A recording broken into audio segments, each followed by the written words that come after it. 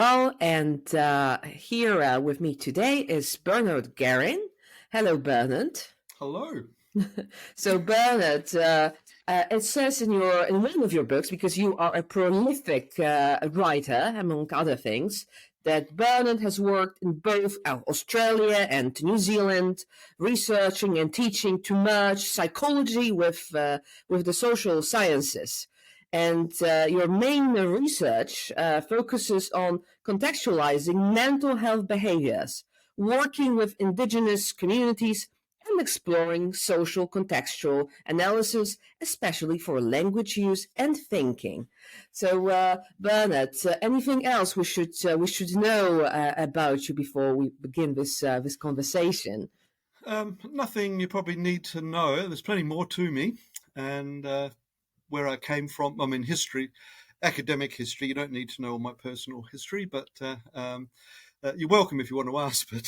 But pretty boring. So that's probably a reasonable introduction to where I'm at. Mm. Yeah. So let us start with contextual social analysis. So what is it, Bernard, and how could the contextual social analysis inform more of the of our psychotherapeutic work, but also our medical practice, etc. Um, I didn't invent contextual analysis. Um, uh, Social anthropology have been Mm-hmm. doing it for 100 years. They've got some really good methods um, for doing it. A lot of sociology, a lot of sociolinguistics. I'm just Mm-hmm. utilizing that and then trying to apply it to psychology. So the main thing is two words: contextual and social. Mm-hmm. Um, Mm-hmm. Contextual for me then means that um, the environments, the context.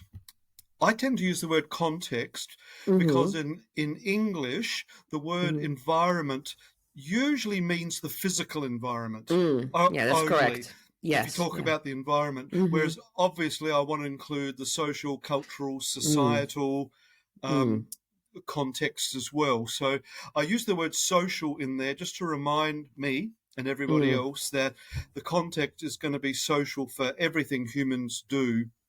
There'll be social context shaping it. So Mhm. the basic idea is that, pretty much all of human behavior, all its stuff that's important in therapy and psychology and all, Mm. we are shaped by the worlds we are immersed in. Mm. They shape us. Now, it's difficult to get across once Mhm. people have been taught psychology, psychiatry, cognition, and it's very Mhm. hard to convince them because it's like obviously wrong. It's Mm. obviously no. I make decisions inside my head. That's got nothing to do with the environment. So it seems like it's obviously wrong to Mhm. people who have been trained in that way of thinking. So part of my task is to try and show how all of those psychological things, the Mhm. things we call psychological, actually develop and are shaped by the environments as well. And Mm. also convince psychology that what they're missing, the main things they're missing are the language contexts. Mhm. Although they talk about language, they use metaphors that I think are all Mm. wrong. Language context and then Mhm. societal context. Mhm. So, you know, women's behavior has been Mm. shaped by patriarchal structures of Mhm. every society, doesn't sort of come into psychology. Mm. Women make their own choices inside their head. Is sort Mm. of that what you're taught, and I think that's wrong. I think anthropology thinks it's wrong. So I'm not inventing this. I'm just trying to apply it to what we do. And it pretty much upsets all of those things that we call psychological, which Mm. is something I get my students to do. I ask them to go away and just think about, when do we even use that word, Mm. psychological? Mm. When do we say, well, that's a problem with money? Now, this Mm. is a psychological problem. And Mm. when I was doing all this years ago, to me, the main difference is that psychological just means we cannot see what Mhm. in the environment, in the context, might be shaping Mhm. that. Now, Mm. that's a big problem, that one, because the argument is I can't see what might be shaping in the environment. Mhm. Therefore, nothing is. It must be originating Mhm.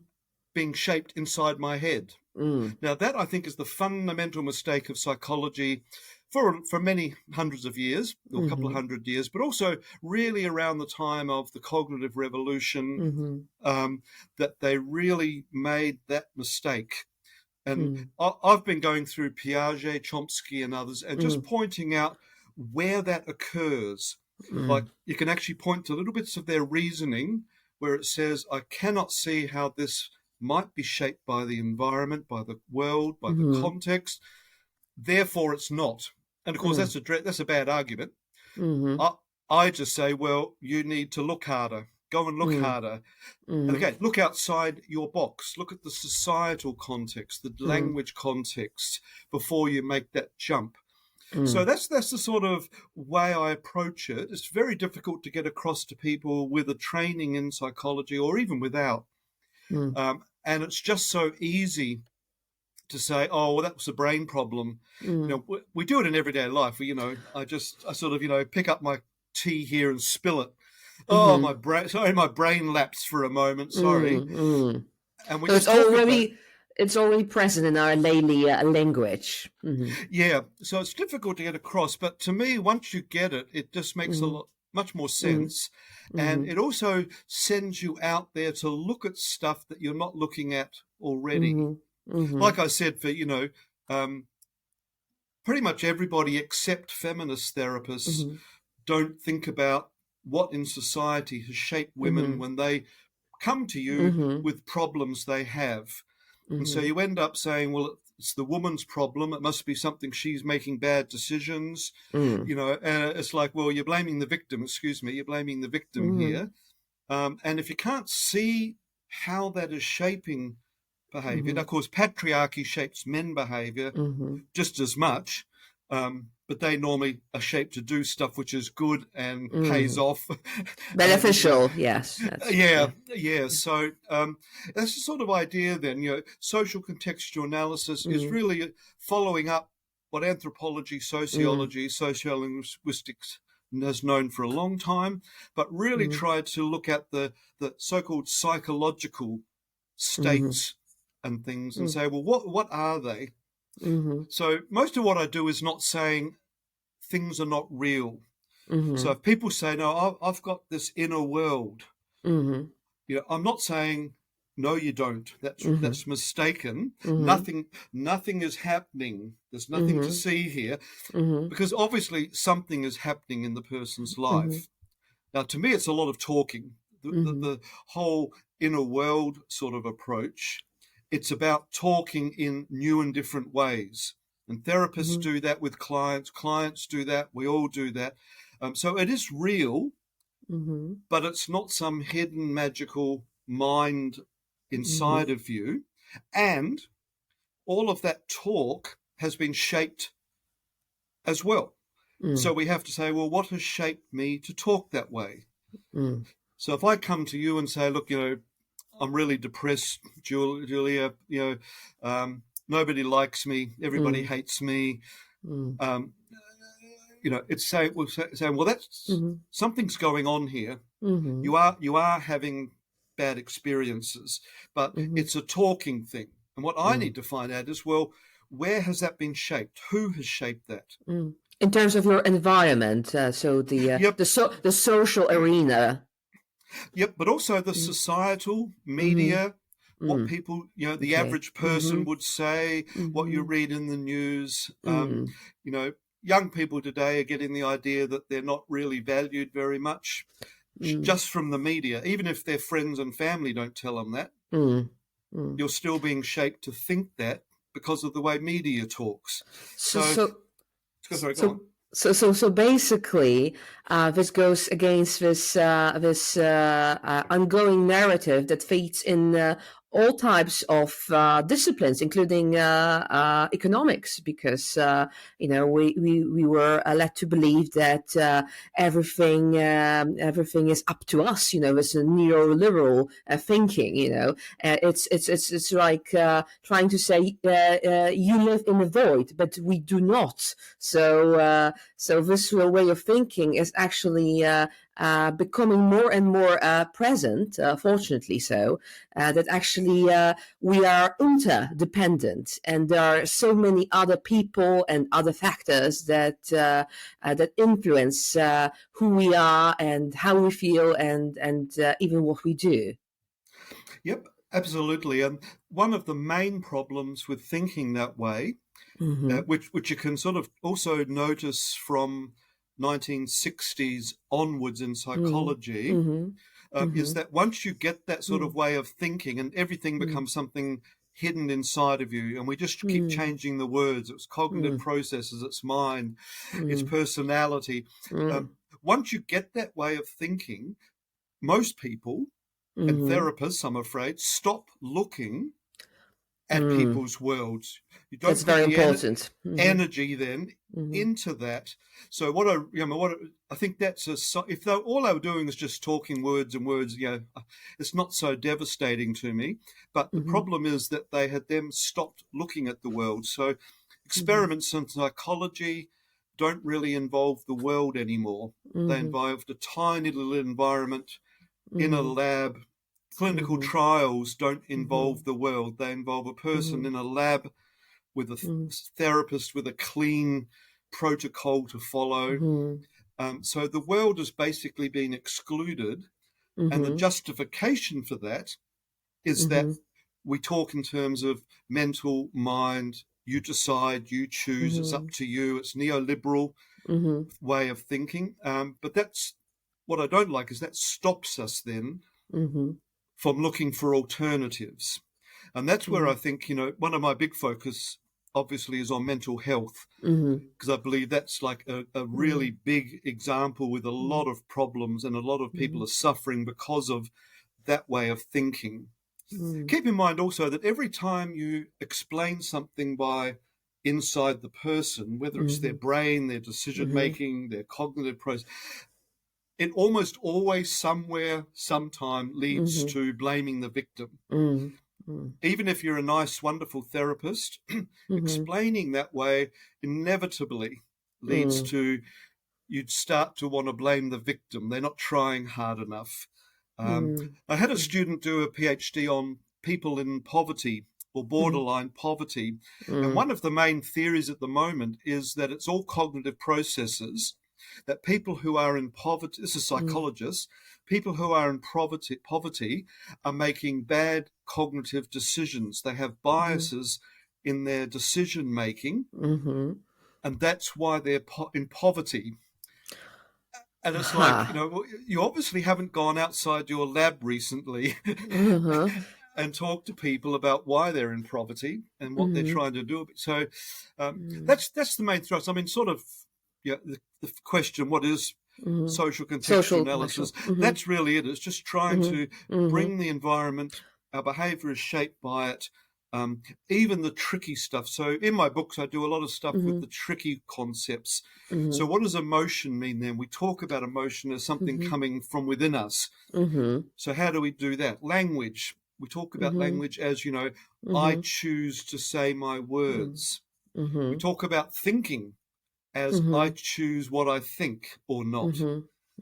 Now, that one, for example, if you sit down for 10 minutes, let's say, and think about thinking, you don't decide what to think. It just is kind there. of pops into your mind. Yeah. In English, we say it pops into your head. Yes, yeah. But we talk about, you chose to think these things. You have anxieties. If it was that easy, you could just stop them. Yeah. So the question then is, well, how do we talk about the environment, the context, the world is shaping even your what you call thinking? Thinking is real, but how does the world shape that? So that's sort of difficult to get your head round, if I can put it that way. Yeah. But that's what I try to do through all these books, is try and find ways that we can actually make that quite reasonable. going back to the second part of my question, how should or how could, and actually I think should, that's my personal opinion, a contextual social analysis inform our therapeutic psychotherapeutic work? Well, that's what my most recent books is about. It's really taking aim. Now, so again, just get me right. I'm criticizing the way of thinking about therapy, what it is. I'm criticizing the way therapists talk about what they do. I'm not saying that therapy never works. I'm not doing like a anti-therapy brigade thing. It wouldn't have gone on this long if it was doing nothing. And I think it can do a lot better. So I'm criticizing a lot of things. I mean, my basic positive and negative is I watch what therapists do very seriously. I watch a lot of tapes and things of it. I take it seriously what they're doing and what the outcomes are. I take seriously how they describe what they do. If it's concrete, I do that. When the person says that, I say this. I take that very seriously. When they start to explain to me what's going on, I sort of like, okay, I'll dissociate. I stop listening at that point. They're inventing words. They're replacing old words with new words. So I don't. So I'm taking it all very seriously. But then there's also, I think, a lot more. We're now in this very neoliberal therapy world, and I think there's a lot more we can be doing. So I'm also criticizing the scope. They're looking at a small fraction of what needs to be done to help people who talk about, when we talk about mental health behaviors. Now, that's the way I describe it. So we don't believe in any of the diagnostics, any of the DSM categories. They were invented by a table of 12 psychiatrists who sat round. They voted. I don't know if you know that, but they voted on some of the categories. I don't take any of that seriously. We've done some studies looking at how many of the terms occur across all different categories, and it's really a big mess. It's not to say that you do not take seriously what people are going through. That you do not take seriously that they are in fact suffering. It's just to say that we shouldn't be so literal when it comes to all these labels. Yeah, the labels, I just get rid of the labels. They're trying to group things in ways that don't even make sense anymore. However, you're quite right. So we talk about the behaviors of mental health, the behaviors of schizophrenia, the behaviors of and all that means is the sort of behaviors that are listed in the DSM. Now, the DSM has lots of behaviors listed, and I take them seriously. A lot of people wrote that who had done a lot of talking with people suffering. And so I don't disregard that. I treat that as, that's most of the behaviors. So what we want to do is focus on what are the behaviors someone is doing. And I don't believe it helps to use the categories. I mean, everybody with anxiety disorder has some depression disorder as well. I mean, most people in this world have a bit of anxiety behaviors and depression behaviors. As we all know, they're normal behaviors that have become much more extreme and dysfunctional. So we look at the behaviors, and the question then is, well, what has shaped the person into these behaviors?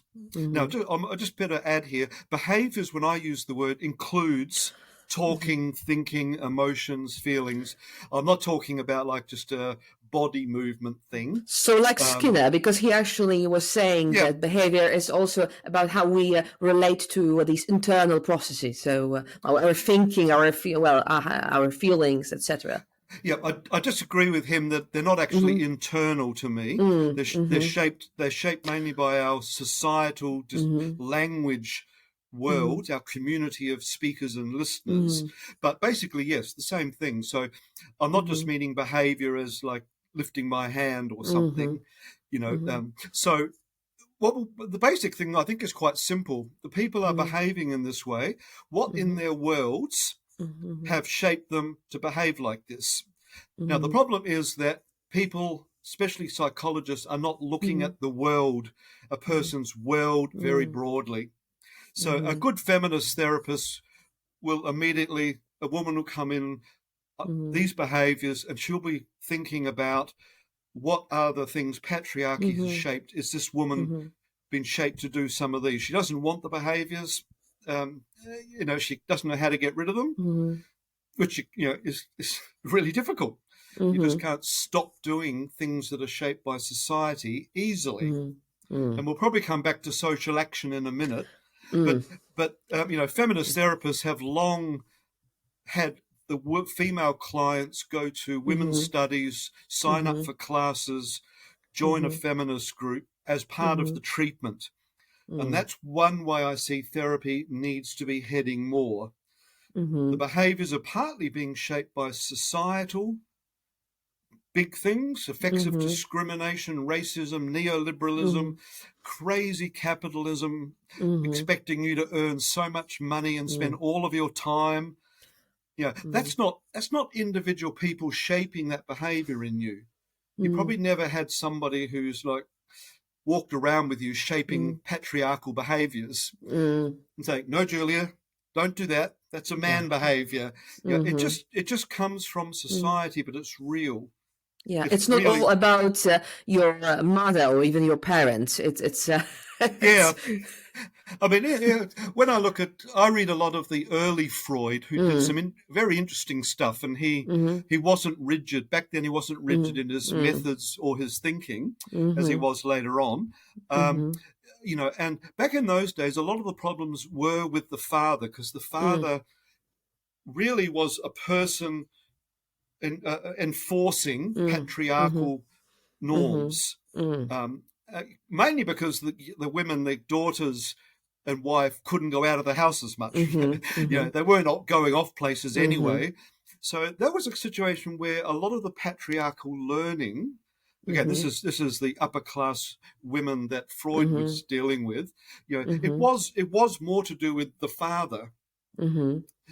Now it's like, I don't think many fathers now shape their daughters into the patriarchal behaviours directly, but they're still learning them. They're still doing them. I have to look good. I have to wear makeup. I have to look like this influencer looks. Now, I don't think the fathers, as you're saying, are doing that anymore. I mean, they probably are doing a bit, but and the mothers as well. But so, again, if therapists and psychologists can learn more about sociology and things, they'll start to see there's another world shaping their clients. And of course, the difficulty, as you were saying, is that, well, how do you go about changing that then? You tell a woman to, go home this week, and your behavioural homework is to smash the patriarchy. And when you've smashed the patriarchy, come back next week. Unfortunately, I wish it could be done that way, but it's not going to be done that way. So, so does that give you a better idea then of how I approach mental health? It's much broader. And the whole idea, I mean, I think there are several ideas of current therapy which will need to disappear. Okay, so go on, please. Most of them are very neoliberal things. So, for example, I think having a therapist, singular, is in the long run is a bad idea. A therapist does not have the skills to deal with all of these environments. A therapist has to be working with people who can change the client's world. Therapists are not allowed, usually are not allowed to engage in the client's world. You have boundaries. It's only in the clinic. I'm not allowed to go out for dinner with a client. That's like, no. So what I'm saying is, if the problems are being shaped by the environment of people, when they come into therapy, the most you can do is talk to them and try and change their words. And try and change maybe their words so their words help them when they get home again. But the way I think about it in current therapy is, well, you see the client for 50 minutes or an hour, let's say, but then they go back into their world for 6 days and 23 hours. And there's nothing you're doing about that. So that's what, for me, the idea of a therapist has to change from the psychological model, which is the problems are inside the person. I'm an expert on the inside person. I know how to use these techniques to change the inside person. That will change them when they go back home for 6 days and 23 hours. Now, I think that model is wrong, basically. I'm not saying it doesn't help at all. Just remember that. I'm not saying it doesn't help at all. I'm trying to find, well, what things can help with a 50-minute talking session? What can help the person when they go back? And I believe there are many, many things that can help. And there are things that are not directly related to therapy. Like, just one example is the person gets out of their house and talks to a stranger. It may be nothing they say to the stranger directly helps them. This is the therapist. Maybe nothing directly helps them, but just getting away from the family or the home, the bad relationships they're in, talking to someone with a fresh point of view, that alone could be therapeutic. Now, I think there's more than that involved, but we haven't really picked that apart yet, which is what my last book was trying to do, pick apart what might be working, what is probably... So I talked a lot about the different types of therapy and what I believe contextually is different and not different about them. But that gives you the idea anyway that it's not saying it's all rubbish, doesn't have any influence. But I was first, I guess, I don't know if you do trigger warnings. Your audience probably doesn't need trigger warnings. Trigger warnings. Okay, no, we did We've it. done that, yeah. I was talking to a therapist, about a client of his anonymously. We don't talk with names or anything. And, he was telling me about some of the behaviors she was saying and doing in the therapy session. And then he said, she's actually on, I think it was 4 or 6 medications. At home, she was being abused by her partner and his best friend. And she was in poverty with no money anyway. And it was like, you're not, it's not that you're not doing anything about that. You're not allowed to do anything about that, the way the system is set up at the moment. With anonymity and stuff. So I was like, how are you going to help her, really? Whatever. How really are you going to help that woman while this is continuing? There are some things you can do. You can ring up the social worker, make sure she's got a social worker. But in the future, I would see therapy as a number of people have to be involved, people who know the world, the environment. And if a female, currently, if a woman comes into therapy, there should be somebody, not you, or certainly not me, talking to them about the history of patriarchy, what behaviours are shaped, the effects on young girls. Decolonisation workshops are done in a lot of Indigenous therapies as well, with the idea that if you learn that it's not your fault, your behaviour has been shaped by this colonisation that has taken place over 100, 200, 300 years. That's what's going to help you more than just rearranging the way you talk about some things in your life. Yeah, or changing the language. So, like us, the so-called professionals, experts, in that field, we just change one term for another, and psychology, the way, and psychotherapy as well. In its current shape, I think it's no longer sustainable. Also because of finances, because individual, or maybe I should rather say individualistic, therapy is very expensive. So our governments are no longer willing, our local governments local authorities to pay for that, and if you have to pay privately, it's just too expensive. Yes, just emphasizing that yet again, we do not live in a void, and not everything is up to us. Yeah. And to me, all of the things we talk about, the inside psychological states, are actually, most of them are about language and discourse that's been shaped. And much of it is not from people directly around you, but from things in media, society, what you take for granted. These are ways we just talk about for granted. So there was a book many years ago by a guy called Jerome Frank called Persuasion and Healing. And he first presented the case that psychologists are really just persuading people. They're not actually really doing much else. Now, I think there's quite a bit done in therapy. It's not a waste of time. It's not worth the extra money you have to pay for it. Going back to your point, but after looking through the book and the research I was doing for the book, I really came to the conclusion. I looked at a lot of therapies, very detailed, that they were basically pretty much doing the same thing. These are some of the conclusions, a bit radical, but whatever. They were mainly doing the same things. Most of their techniques, methods, have been used for thousands of years. They've been around for thousands of years. All of the CBT methods are not new. Mindfulness has been going on for millennia. From 4,000 years ago, Buddhists used, Roman times, Greeks. You can find all these same techniques.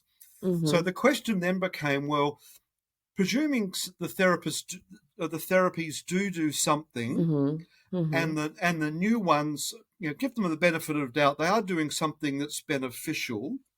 They're not just hocus pocus. I'm not pushing that at all. What occurred to me, what seems to be happening to me, is that when we get a new therapy, a DBT, an ACT, a FAP, all of those, what you're actually doing is you're creating a new language. As this is going back to what you were saying, you're creating a new language for engaging and persuading a new audience. Now, I think the best example of that is DBT, the dialectical behavior therapy. You might have different acronyms. I talk in Brazil.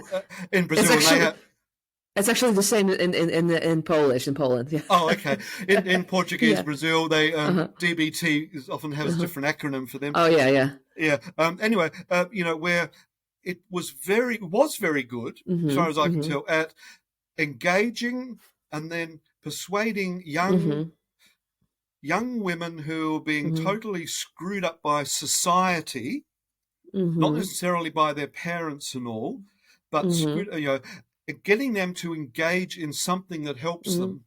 Now, that's a good thing. A bit ruder, but ACT, I think is working well with middle-class white people. And so I'm not knocking it. I'm just saying these different frameworks and marketing are just more talk. But I think that, I also was thinking back to, like, my mother passed away recently, but, back when she was like 20 or 30, if she had some sort of behaviors that were called mental health problems, she would go to a GP. The GP would say to her, do this, do that, try and relax, stuff that's been done for millennia, do this. And the crazy thing to me is she would have done it. She would have done what her GP told her to do. Now, when I was, I never would have done that. If your local GP doctor told you to do, I would never have done it. Young kids today, the generation, Y and X and Z, they're not going to do what most adults do, recommend. They're not going to go along with it with good reason. I think they've got good reasons for it. They've been lied and cheated, and they see right through it. So we're going to need a new therapy talk, which might engage Gen Z people, Gen Z people. So it's sort of like, I'm not saying it's total rubbish or anything. I'm just saying, Mm-hmm. I think the differences are that you're engaging a new audience Mm-hmm. and you're helping them engage in some of the methods that have been known through history to work at least some of the time, help them in some. I think there's a lot more we need to do about working with their environment, the world, things that are happening at home, and actually make sure that's changed. Don't just talk to them in the office. And personally, I think that means, I mean, I don't want to get a team together where the client comes and there's a team of, one therapist, one social worker, yeah. one sociolinguist, or anything like that. But they need to have a range of people depending on what's going on. The problems are in their life. We need to fix their life, to fix the behaviors. Changing their talk is part of that. But their talk is coming from other things, is being shaped by other things, people or whatever. So we've got, so I'm probably talking too much, but... no, it's great. We've done some studies with young women. Some of them were older, but talking about who had a label of eating disorder label. And we were doing basically contextual analyses with them. And what that means is it's not like a therapist getting the demographic background. You're really asking about a lot of contextual things, what was happening. So we got about their early life when the behaviors first appeared, what was going on in your social world, your cultural world, your economic world. Now, young girls or economic world pretty much means, for contextual analysis, in that case, pretty much means dependencies. It's not actually about money. It's about social relationship dependencies. You can't get this unless you ask your dad for the money. So there's a dependency. Basically, we found a fairly clear picture. They all had, am I allowed to use the word shit on this program? Oh, yes. Shit, shite. Okay. Yeah, go for it. Yes. Okay. They basically had a lot of shit things happen to them around the times the behaviors came. But they were all different. They're all totally different scenarios. We're doing a book at the moment where we're going to put, the students and I are going to put all of these together, 9 case studies together, all very different. But the clear thing, which is not, won't be a surprise to you, is they were all being very controlled in almost all cases by very loving parents. They weren't nasty people abusing them. They were very loving parents, but they were in a very controlled life. And the sort of idea we have is that the only behavior left to these girls was to change something with their eating. They were being fed. That happens, 2 or 3 times a day. And it was about the only behavior they could do where they could change something and have an effect, especially on their parents. Their brothers, well, boys do a lot more. Boys get away. So again, the whole thing's got this patriarchal layer on there, which sociologists would know, feminist theorists would already know about, that the boys could change other behaviors. So we're looking at now the basic pattern was the same as well. When each of these girls left home, the behaviors, the more physical eating behaviors stopped. Okay, that was really how clear. Interesting. With or without therapy, there were 2 of them who said they had a feminist therapist who really helped them. But it was basically when they moved out, their eating behaviors stopped. So that's like the under-eating, overeating, bulimia, over-exercising as well. They stopped. However, what we found that was, even more fascinating to me, was that their talking and their thinking kept going for most of them. So they were still getting thoughts like, God, I'm fat. Or somebody else, isn't she's fat, she should go on a diet. They were still having that. And it seems like when we some of the later ones, we didn't ask everybody, unfortunately, but some of the later ones, we asked them a lot more context about that. And it seemed like they left home Their behaviours stopped, but their language kept going. But they were in groups of friends now who just talked about food, good food, bad food, don't eat that, it's bad for you. We're talking about that all the time. And so we could then trace that when they moved on to new friends who didn't talk about food, gradually, except for one, the thinking changed. Now, one of them, sorry, may not want to hear all this, but one of them was interesting. She was an older woman, about 50. She had eating disorder label when she was in her 20s. She had recovered. So the behaviours had stopped when she moved out of home. The behaviours had stopped. That's all okay. But she always has had these thoughts appear, which she hates. She doesn't like it. She doesn't like the idea that she's doing it. She does feel responsible, which I would say the researcher, the student, told her afterwards, you shouldn't be, you're not responsible for this. Ack would say the same thing. You're not responsible for your thinking. What we found out with her, though, was that she had never talked to anybody about these thoughts. So just like your automatic, she's fat. Oh, I'm getting fat. She was very concerned at the moment because she had a daughter growing up, and she found herself having these thoughts about her daughter, which really distressed her. She'd see her daughter and just think, God, you're fat. And then hate that she was having this thought because she didn't want it. So in her case, we think one of the things is that the idea of contextual thinking is that if you don't say it out loud, it's just talking. Thinking is just talking, conversations. But if you don't say out loud, it never gets consequences. So it's not going to change. And it can also get more exaggerated over time if it's not getting any consequences. So we got the student I talked about this, and she, in the last interview, she talked to the woman a bit more about the context for the thinking, and she found that she had not told anybody she was having these thoughts. She just kept it to herself. So, the best thing for her is probably to tell somebody, get consequated. Like, oh, that's stupid. You don't really believe that. It's not your fault. That's what's going to probably improve so they eventually stop. And, a lot of the anxieties like that.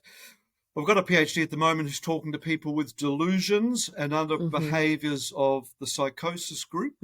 Currently, the psychosis group, the behaviours. And, we've got ideas that's the same sort of thing that's happened.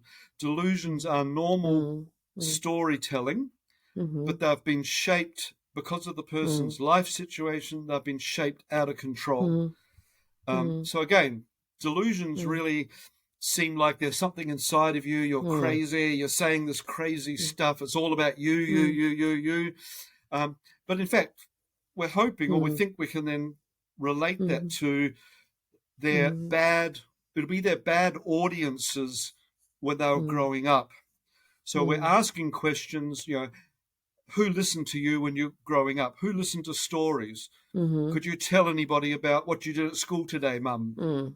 Or did she reject you, neglect, oppose you, tell you you're stupid, shut up, go watch television? So what was your talking environment like? That's what we're looking at.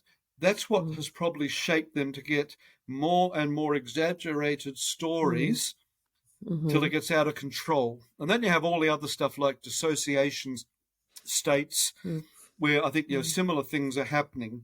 So that's an example, just back to your very early point about analysing some of the mental health things that really seem to be inside phenomena because psychologists cannot see anything out there that might have shaped delusions. It's got to be your brain's wrong. It's got to be something cognitive processes wrong. But we're saying, no, we need to ask about, who has listened to your stories throughout your life? Anybody? Have they always laughed at them, punished you for telling stories? Well, normal stories, so you invent new ones.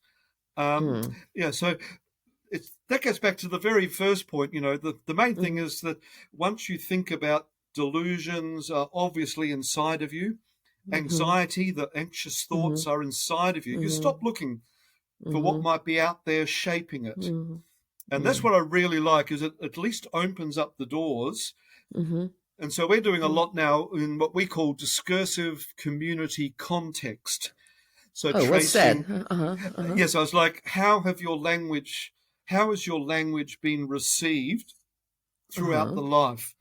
Have you been able to tell jokes? Do you ever tell jokes to people? Did the kids at school listen to you or make fun of you when you tried to tell a story?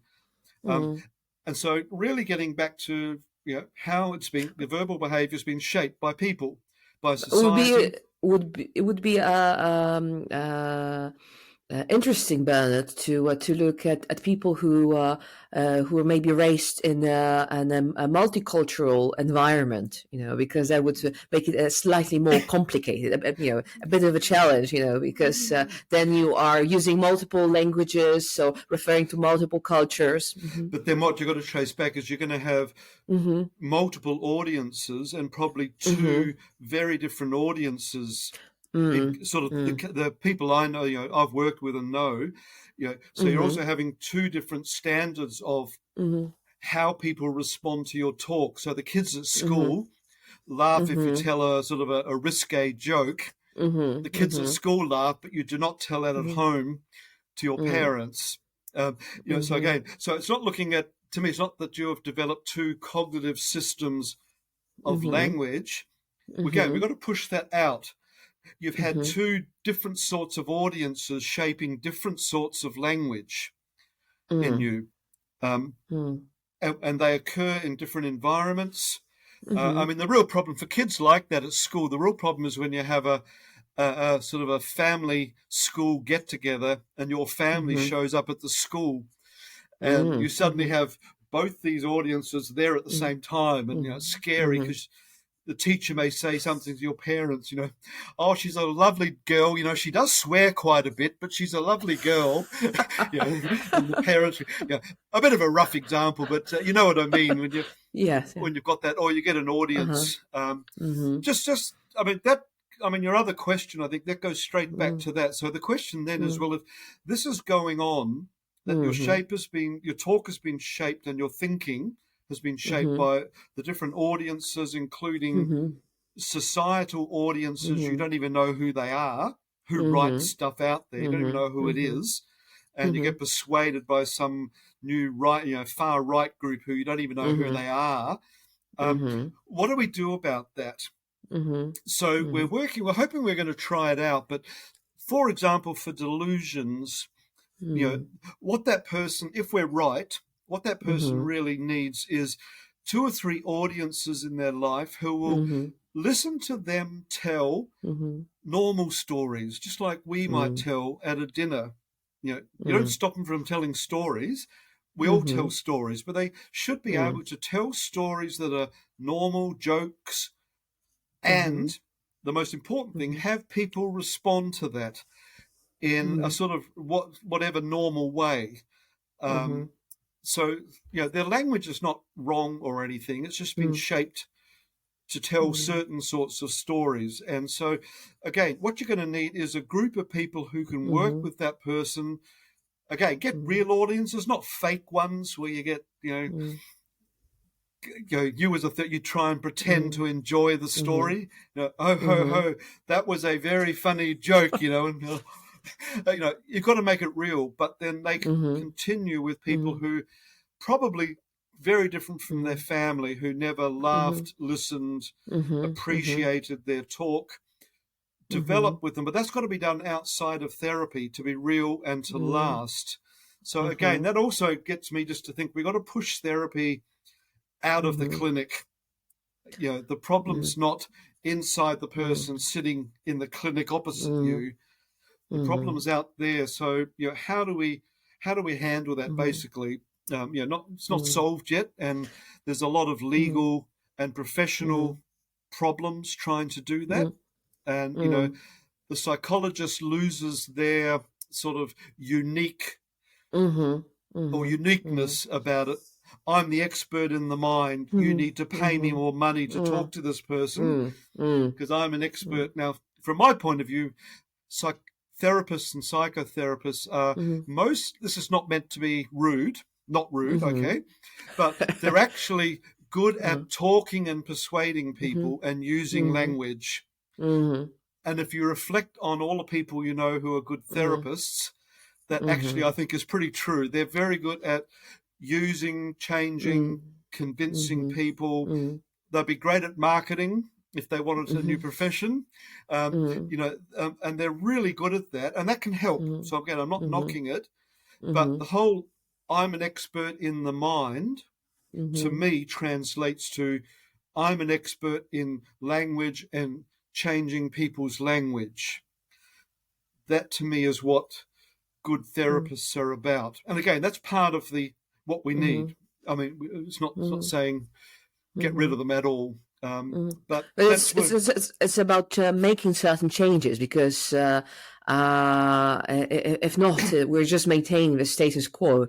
So, Bernard, the question I personally hate whenever a journalist asks me this, so I will now actually do this to you, and I do apologize in advance.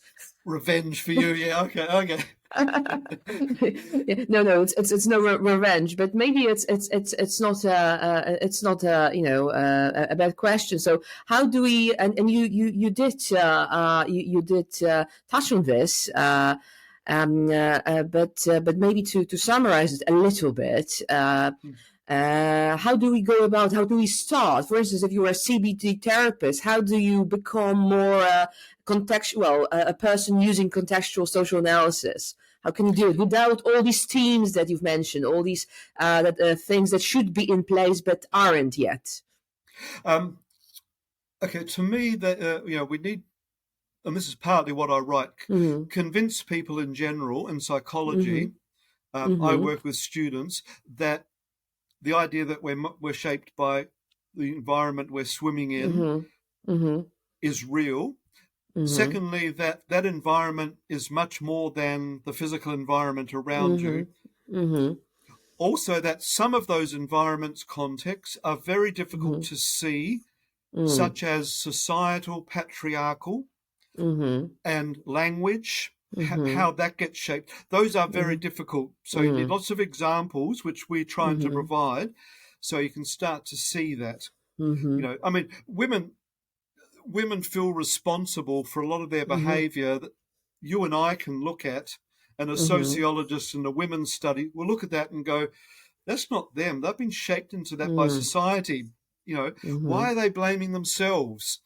So they're very difficult to see. The person themselves may not even see that. That's where sociology, women's studies are really useful. So I would try to get people to think beyond it's all inside the person. That's going to take a while. I've written things about various ideas of cognition and cognitive processes and how they translate into language, and language shaped from audiences outside of you. So start the translation. So it's not that cognitive processes are wrong. It's just they're talking about a shaping of language process.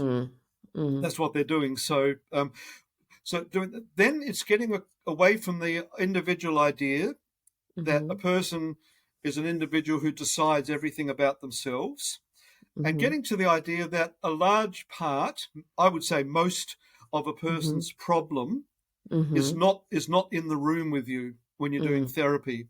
You can talk about it, and you can get them to talk about it in new ways, reframing and all of that. You can do all of that, but the main problems for the persons are not in the room with you at that time. I think a lot of therapy is good at helping them a little bit outside of the office, but a lot of it is just changing words, which may or may not help them. So we need to be then thinking about how can we make talking therapy more useful when they go outside. Now, you've got to be careful. Again, one of the very early feminist therapy would try and train a woman to become very assertive, to stand up to men. And eventually they realize that that can lead to very bad effects. if it's not handled properly. Mm. So have that. So there's a number of layers of what needs to change. Then once you get to that point, you begin to realize that a single therapist is not enough. There are problems the person has that needs a lot of expertise from different people. You know, if someone's got major economic problems, I am not the best person to advise them and talk to them what to do. I would certainly try and find someone to talk to them about that, you know, but I'm not the person. Then once you get to that, I mean, there's a whole lot of other things that need to change. The bigger point, which I think certainly interests you, what I understand, is that we then have some major societal structures that are hurting people. Young people, I think, today are really being hurt by these, more than I was and probably more than you were. You know, young people who are 13 or 14 and worried about how much money they're going to make during their lifetime. Will they ever, you know, they're worried about that, anxious now about that, you know. So these are not their problem. These are society is doing that. They're being affected by it. Like most women still are being affected by the way patriarchy plays out in shaping our male and female and other behaviours. Trans and other people, even worse, being affected. So then we get to the whole idea, which was the title of my second to last book, of, you know, doing mental health, helping people with mental health behaviours by doing social action. And one of the things I learned from feminist therapists is it actually helped women. They report it really helps women to learn about patriarchy, to go to women's studies classes, to join feminist groups, even though it doesn't smash the patriarchy and fix everything, it actually helps. So, you know, getting young people with anxiety to be learning more about how societies run, capitalism, neoliberalism, and the effects that have. It's not going to change it. I mean, yes, I hope one day it does. But I still think there's enough therapeutic value comes helping them fix their world by realizing it's not their fault. There's this society stuff out there hurting me. I can at least distance myself from it. So I think, you know, social action then becomes a part of this, what used to be called therapy. But it's probably going to need a new word for it. But you know, once you see the person's problem is their whole life context, including society, and that's not in the room with you when you're doing therapy with them, and all you can really do is talk about it, maybe change some of their language, which can help how they deal with it, suggest things to them. So does that answer your difficult revenge question? Yes, I think it has. So thank you, Bernard. Although I still have many more questions, but what you're saying so do I. That's good. That all these different experiences are a part of us, because this neoliberal thinking also is trying to tell us it's about the authentic self. But what is the authentic self? You know, it's not what I'm feeling, because feelings, emotions, they are fleeting. They're also now becoming commodities, as the Israeli sociologist Eva Ilus, she coined the term, you know, emodity. So emotions as commodities. All of those experiences are actually part of who I am. So exactly. that's So it's they're just not you know, it's not true that there's just this one authentic self, you know, whatever that might be. But anyway, being aware of the time, Bernard, I have two last questions. So one question is about you, if that's okay. So why this particular topic, Bernard? What's in it for you, so to speak? You know, why the interest in social contextual analysis? I'm not sure I can answer that.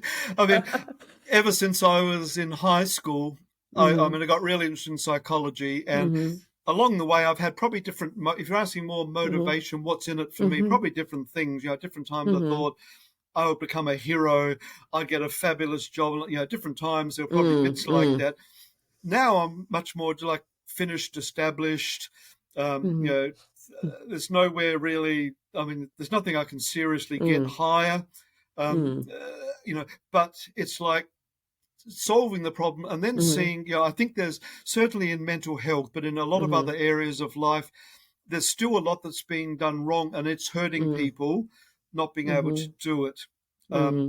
So, when I see someone who's been in therapy for 2 years, I really ask, what's going on? Why is that taking so long? Then I see somebody in therapy for a year, then they say that they got better. And the therapist says, well, that's because of my therapy. And I go, well, their problems are in their world. Over 1 year, people's worlds change a lot. Maybe it's just their world cleared up, and it may have nothing to do with what you're doing. Hopefully it's got something to do with what you're doing. Yes, something. So it's really, at that point, I guess what I'm saying is it's really about justice. Probably the whole time it's about justice. Let's find the better way of doing this. I've been through pretty much every area of psychology and the social sciences. One thing different, I think, is I have been very thorough, starting at a young age. So during my PhD, which was on experimental cognitive social psychology. Oh, how interesting. Way long ago. I was reading postmodernist Foucault in my spare time. So I've read a lot of things that I can then integrate, which I think is very difficult to do. So that's been my privilege, rather than my ability. It's been my privilege that I've had the chance to be doing that. But then it's really just seeing, well, I really think everything's being talked about wrongly in psychology. Our students are being taught, teaching that all of the problems are inside of you really leads to blaming the victim. And, in the case of therapy, the victim blaming themselves. It's my fault. No. I've got 7 female clients who feel the same way. It's not about you individually. It's about the society, So a lot of it is then really about just trying to make the systems right, which does require changing the systems, but that's very much, I realise, long term. I do have a belief, starting from Karl Marx. Karl Marx was one of the great contextualists as well. He really mapped out the context of workers in modern industrialism, and he wrote books and books about the total context of work, money, economics, and everything. One of the things I found is that when people students mainly think about context more and more and more, even behaviour analysts who learn about some context but not too much. They know the environment's important, but they never explore sociology and things. When you start doing that, I believe you actually become a better person's the wrong term, but you begin to start seeing things in a broader context and start seeing alternatives, especially to blaming people. Now, so it's even like, so if a man is being very rude, bad to his wife, yes, we work with the woman. We get her to realise that she's a victim of patriarchy. She's been shaped to behave and give in, not put up a fuss. But you can also then, look at the man and go, okay, let's treat him a bit more nicely. I mean, you don't want to. You wanted to sort of slap him and get him out of there. But, what shaped him to be like that? Can we do anything about that?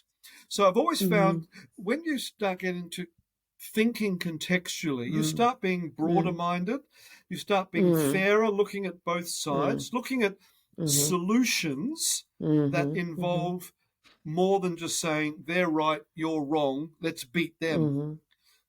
So I actually think the contextual way of thinking starts making you just see things in I think a much better way, and it stops being us and them.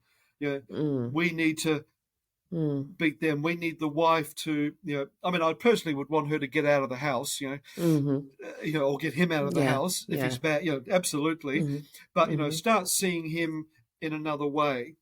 It's not just us against him. The society has caused that situation as well.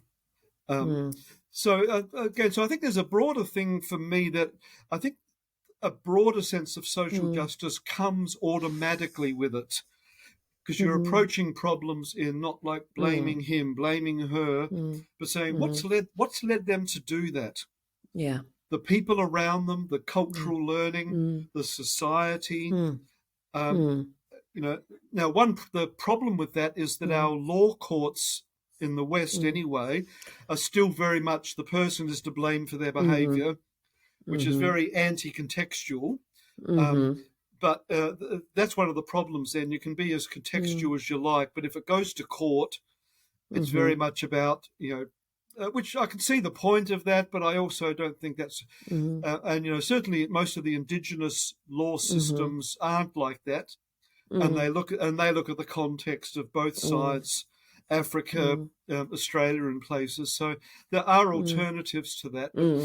So that's one of the other broader things. I think there's a bigger social justice learning comes from just learning to not put it all inside the person, but look outside the person, which is something that anthropologists and sociologists have said for a long time. Studying sociology, you begin to see a bigger picture, which is not what most people don't think that way. So you get like last week, these cult people, well, what was going on in the people's lives that they were even... You mean in Africa? No, sorry, I mean your last person you talked to. I'm Commissioner. Yes. Yeah, yes. Sorry. Joining small cults and things. Well, what's the context that even got them to take that seriously? What was their life like? And that's what the cult people look out for, as she would have called. They look out for people with a certain context. So how can we protect people by not having those contexts? And that applies then to the far right and other as well. So anyway, this more than answered your question, but it's changed over the years, and I've changed the way I look at people. I've been through most of the different positions, philosophical, sociological, people have had, and to me, this is this is the best. This is the end point. Not the best because I've got all the answers. In fact, I have less answers, but only because I'm not allowed to say, "Oh, that's because of your brain." Oh, I know all the answers. You did that because your cognitive processes are messed up. Those are cheat answers to me. They're not really answers. So, a lot of the stuff we have to go back to the drawing board a bit. But again, we've got sociology, anthropology, sociolinguistics. They're already there doing this. So we're not alone in doing this. So that sense of social justice and thinking in a different way, I think if you're very much focused on the individual as responsible for their own behaviour, it's almost like it's very hard to have a social justice perspective. People try and do that, but I think they end up contradicting themselves. So anyway, I think it's a way of pulling you out of that a bit more. So one last question. Yep. I'll try and be quick. We're over the time as it is, but so if you could try, and it's a difficult task, a challenging task. I'm aware of that. So in one sentence, Bernard, how to live? Because that's actually the name of this podcast. So how to live according to Bernard Guerin. Well, nothing prescriptive, like you must do this, you must do that. I would say you need to look at yourself and the people around you and look at the context shaping all of you. So if your friend does something nasty to you, don't say, you're a jerk, I'm never talking to you again. Actually, you need to be observing a lot more, but you need to study to find out what to observe. How do you observe patriarchy? What are the clues? What are you looking for? So, if a friend is bad to me, I'll Mm-hmm. look at their context, Mm. talk to other Mm. people. What's going on with them? Maybe they Mm. need me to Mm-hmm. stay friends with them to help them rather Mm-hmm. than just Mm. So Mm. how to live, I think, is learn to observe your Mm-hmm. world, and that includes Mm-hmm. yourself. So Mm. learning about yourself is not learning to talk about my Mm. inside world in new ways and fancy Mm. ways, and I have a trans authentic Mm. self. It's a new term I just Oh invented. yes. Yeah. Not inventing new words. It's about looking at what affects me, what has Mm. shaped me, Mm. what has Mm. come about. My parents shaped me. Well, what do I know about my Mm. parents' world that led Mm. them to do that? So it's about exploring. In many ways, Mm. life is about Mm. exploring, but Mm. it's about exploring what shapes us and the Mm. people around us, and Mm. then where that leading to bad outcomes, Yeah. how do we Mm. change the world, which might be Mm. social action for the bigger Mm. things like Mm. neoliberalism, capitalism, the Mm. environment, helping the environment. Mm. It Mm. might be something just very personal within a Mm. friend's life you may Mm. want to alter. That Mm. was more than one sentence, sorry, but Yeah, I was expecting that, Bernard. So yeah. I wouldn't expect anything less from you. So, but but and thank you so much. I You're still welcome. have so many questions, but hopefully you'll be my guest again in the near Mm. future, and our guest. And so thank you, and thank you to our listeners. And well, have a good life, and think contextually. Thank you for having me.